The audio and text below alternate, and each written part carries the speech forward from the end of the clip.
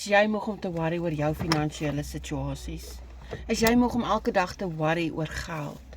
Hoe jy jou skuld moet betaal, hoe jy moet sorg vir jou kinders?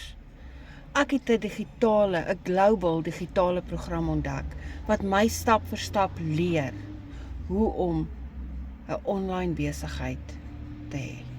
Hoe om online geld te verdien.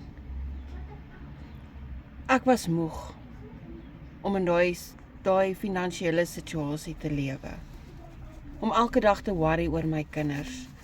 En om nie eers tyd te hê vir my kinders nie, want ek het na 6 in die aand by die huis gekom.